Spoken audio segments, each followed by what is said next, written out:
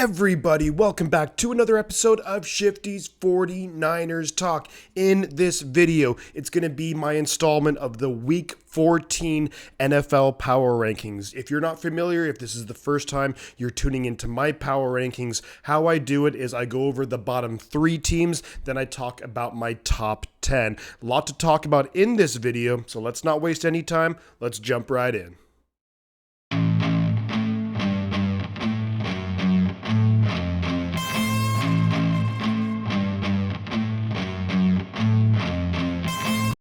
When we look at the bottom 3 teams in the NFL, there's definitely some changes compared to my last time doing the power rankings, and it has been a couple of weeks since I've done them. So coming in at number 30 overall is going to be the Denver Broncos. They're 3-9 on the year. Obviously, this whole Russell Wilson trade has been a complete disaster. Now, it's actually pretty odd to put the Broncos in here, from the outside in, because their defense is playing so darn well, and it's so strange to have a team with a defense that good in the bottom 3 in the terms of power rankings, but it's because the offense has been almost historically bad. Under 14 points per game, just not going to cut it. Russell Wilson not looking comfortable. A lot of seemingly infighting with the Denver Broncos. That team's a complete mess. I really don't expect to see Nathaniel Hackett around in Denver next year. Now let's move on to team which would be number 31 overall in the power rankings,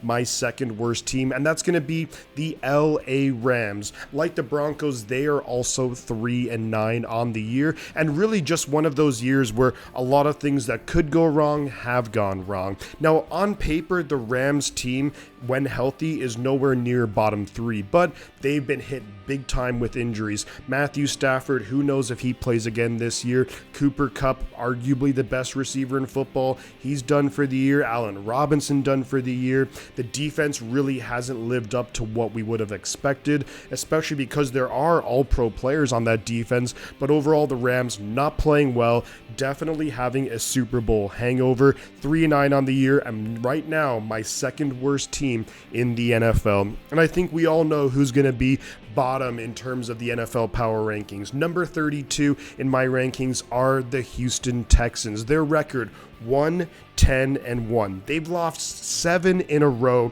They have the worst point differential in football. Outside of a couple of players here and there, they are just god-awful. And to top it all off, they got beat at home to Deshaun Watson. We're not even going to go there about Deshaun Watson, but losing at home to Watson coming back, that's just brutal.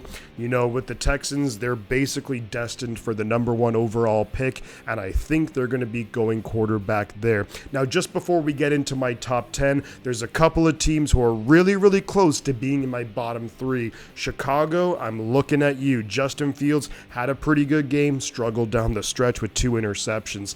Jacksonville just got wiped the floor with Detroit. And then Indianapolis not looking good under Jeff Saturday so far. I expect pretty big changes in Indy coming this offseason. So coming right up next, guys, is going to be my top 10 power rankings.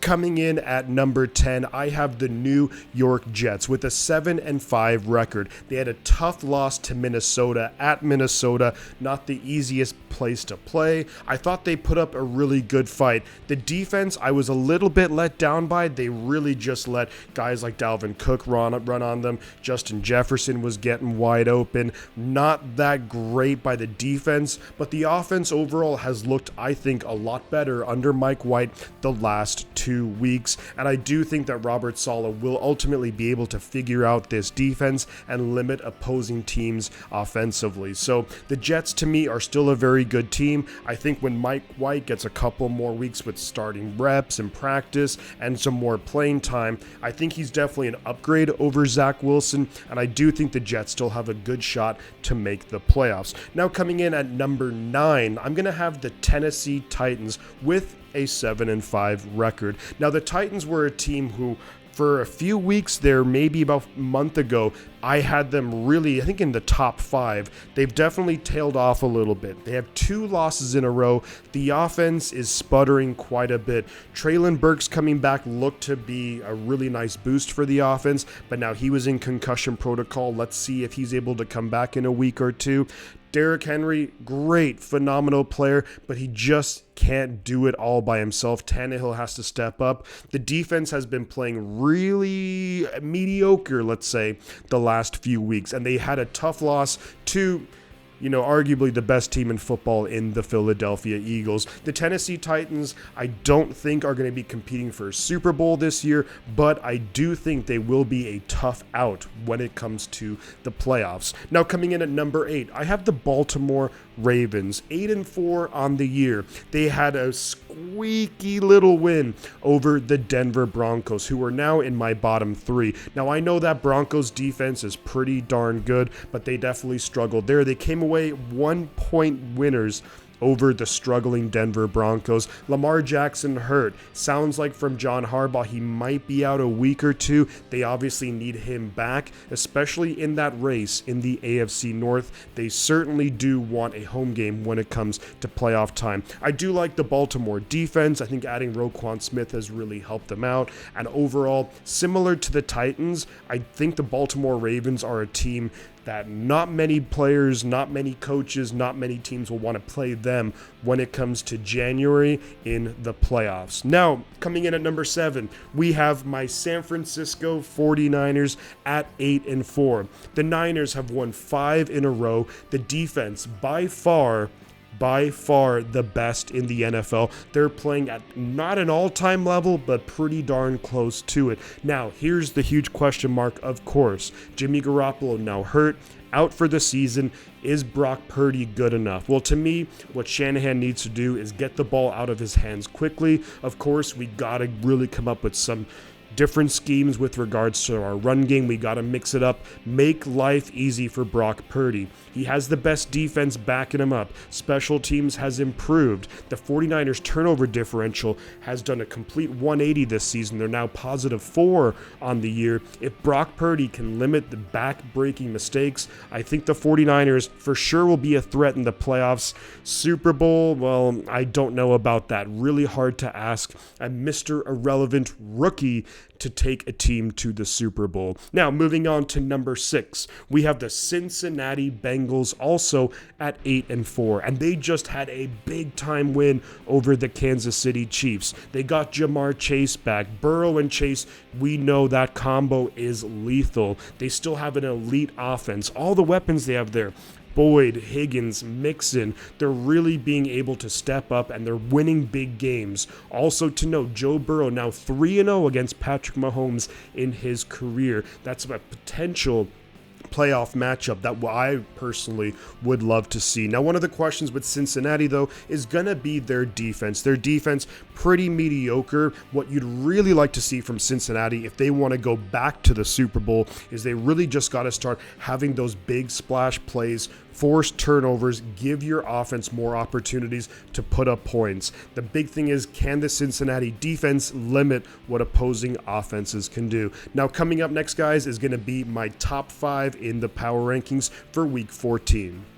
And coming in at number 5, we have the Dallas Cowboys, 9-3 on the year. The Cowboys are playing really, really good football. They took care of Indianapolis, although for about 3 quarters, that game was pretty darn close. They had a 2-point lead, 21-19, I believe, starting the 4th quarter, and then they just, blew away from the Colts. But Dallas offense, really elite. We're talking top 5 offense, top 5 defense in terms of points per game. Also, their turnover differential, they're +9 on the season, and that is good for number 2 in the NFL. So when you have a defense that's forcing turnovers, you have an offense.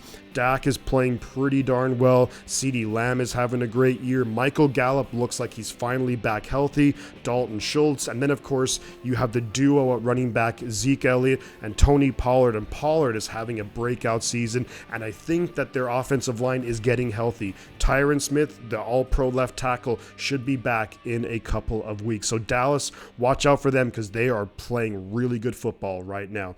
Now coming in at number 4, we're going to have the Minnesota Vikings, who are 10-2 on the year. Now, they just had a really impressive win over the New York Jets. One thing which I didn't like is they really allowed the Jets to get back in the game, but something that I did like a lot is the fact that their red zone offense really, really good, their red zone defense really, really good, and they've been able to make big plays when it counts the most. At the end of the game against the Jets, big interception. We look at overtime against the Buffalo Bills, big interception. So if they're able to make those timely plays on defense, plus they have that offense, we know all the weapons, Justin Jefferson, Adam Thielen, TJ Hawkinson, Dalvin Cook, Madison at running back, man, they have a plethora of weapons. The big question is when it comes to playoff time is, can Kirk Cousins perform in the big moment? One of the things too, though, which ultimately is a question, is going to be their defense. They are able to make timely plays, but they're actually ranked number 31 in terms of yards allowed per game. That could really come back to haunt them when it comes to January football. Now moving into our top 3, and at third, we're going to have the Kansas City Chiefs, 9-3 on the year. They have the best offense in the NFL. Look, they put up 24 points against the Cincinnati Bengals. On the year, they're averaging the most points per game, I believe the most yards per game. Being a Niner fan, we have a great defense. I saw what the Kansas City offense is capable of, and man, they are good. Another question similar to the Minnesota Vikings is with the Kansas City Chiefs. Is their defense not as bad as Minnesota? Pretty mediocre, but something to consider with Kansas City is on the year, they're -4 in the turnover differential battle. Mahomes may be throwing a little bit too many interceptions this year, maybe not forcing enough turnovers compared to what they've done in previous seasons, but that's going to be a big thing to note for Kansas City. If I'm Kansas City, and this is pointing out the obvious, you gotta get the number 1 seed in the AFC. You do not want to travel to Buffalo in that temperature when it's the end of January. That would not be good for Patrick Mahomes. Now, speaking of the Buffalo Bills, and at number 2 in my power rankings, we have Josh Allen and the Buffalo Bills. They're 9-3 on the year. They own the tiebreaker over Kansas City due to the Bills beating the Chiefs in their matchup. Now, Josh Allen, he had a struggle, a couple of games where he was struggling earlier this season. Right around a month ago, he had in 3 games span, he had 6 interceptions. Well, let's look at his last 3 games. Only 1 interception, 5 touchdowns. He's back to playing really, really good football. The Bills, when you look at statistically per game, top 2 on offense in terms of points per game, top 4, they're number 4 in the league when it comes to defensively points allowed, and plus that Bills home field advantage is really, really good, and it's only going to get better as the weather gets colder. But the Bills, to me, are definitely up there, and they are the number 1 team in the AFC. This AFC playoffs and the NFC too, I just really can't wait for it, but I can't get too ahead of myself. We still have at least 5 more games left in the regular season, and that leaves our number 1 team when it comes to the NFL, and that's going to be the Philadelphia Eagles, 11-1 on the year. They just keep on rolling, keep on winning, and winning in convincing fashion. Jalen Hurts playing phenomenal football. Really adding A.J. Brown has just been a huge elevation for Jalen Hurts, not too dissimilar from when the Bills added Stephon Diggs. Devontae Smith really making big plays. The defense playing really good football. So let's take a look at some of the numbers from Philadelphia. They're actually top 2 as well in offense. They're top 10 in defense. They actually are the number 1 team when it comes to turnovers. They're plus 13 on the year. Amazing. The Philadelphia Eagles are playing great complementary football. They are the class of the NFL right now. So there you have it, guys. You had my bottom 3. You have my top 10. Let me know your thoughts in the comments. I'd love to hear it. Whenever I do these power ranking videos, these are always my favorite videos in terms of discussion with all of you guys, because look, we all have our own opinions on it, and this is my opinion. Of course, this can change week to week based on injuries, performance, things of that nature, but I do want to hear your thoughts in the comments. And thank you so much again. Quick thank you for hitting over 1,000 subscribers. Love it. We're having a great time. Also, I will be going live with my boy Niner Sickness podcast, 2 p.m. Pacific time tomorrow. That will be Tuesday, the 6th of December. Well, I'm going to leave it there, guys. Again, let me know your thoughts in the comments. Like the video if you enjoy the content, and also subscribe to the channel if you're new. And you know I'm going to finish it off with 2 things. The butt counts, and I'm going to catch you guys on the flip side.